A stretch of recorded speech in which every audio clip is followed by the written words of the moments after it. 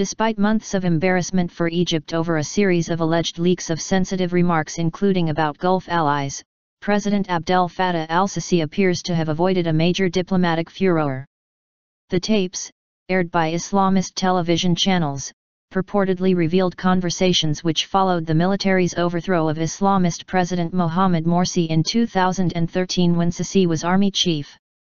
The recordings, which have not been authenticated, touch on issues ranging from Morsi's ouster to development funds that Cairo needs from Gulf allies. Sisi, who toppled Morsi and was elected in May to succeed him, has overseen a brutal police crackdown against supporters of his predecessor that has left hundreds dead. The television channels that broadcast the audio tapes have links to Morsi's blacklisted Muslim Brotherhood.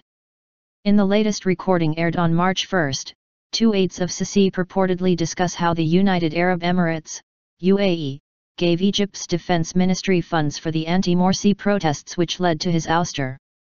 In another tape released last month, a man identified as Sisi and an aide discuss how much money Cairo wanted from Gulf countries to help rebuild Egypt. "We need 10 to be added to the army's account. We need 10 like them from the UAE, and from Kuwait 10 like them," said the voice purported to be Sisi. "They have money like rice." The leaks are embarrassing with regards to the security arrangements of communication at these levels of government, said H.A.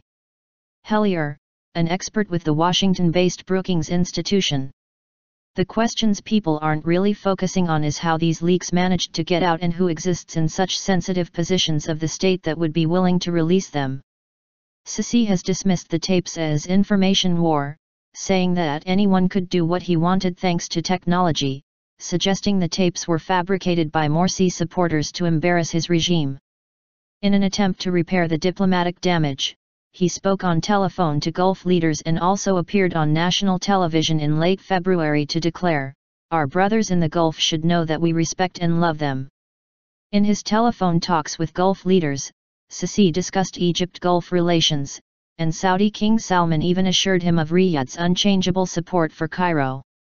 Saudi Arabia, the UAE, and Kuwait are the main financial backers of Sisi's government, having pledged around $12 billion to Cairo since he came to power. "The strategic interests of Egypt and Gulf countries are too important to be impacted by some expression used by an official in a private conversation," said Gamal Abdel Gawad Sultan, political professor at the American University of Cairo, AUC. "It will have no impact on their relations," he said, adding that Egypt and its allies are working to limit Shiite Iran's regional influence, and to counter the Islamic State, IS, group that has captured territory in Iraq and Syria. Egypt's ties with most of the Gulf countries have flourished since Sisi removed Morsi from power. Underscoring the solid relations, the Cairo-based Arab League said this week it would consider building a unified Arab force to battle IS at its annual summit later this month. Sisi has called for such a unit to confront the jihadists. Inside Egypt, where the media and much of the population strongly backs Sisi's crackdown on Morsi's supporters, the audio recordings have gone virtually unnoticed.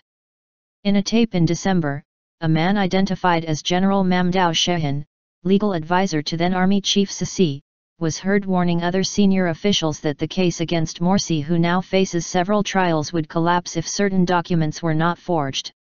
Shehin is also heard disclosing that Morsi was not legally detained in an Interior Ministry-run prison immediately following his ouster, but in a building belonging to the army. The authorities insist Morsi's overthrow was not a coup, but was in response to mass protests against his one-year rule.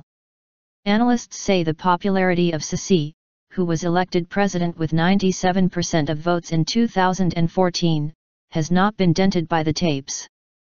Public opinion in Egypt backs Sisi in a big way, so it is ready to minimize the importance of some issues or even tolerate some abuses by the authorities, said AUC's Abdel Gawad Sultan.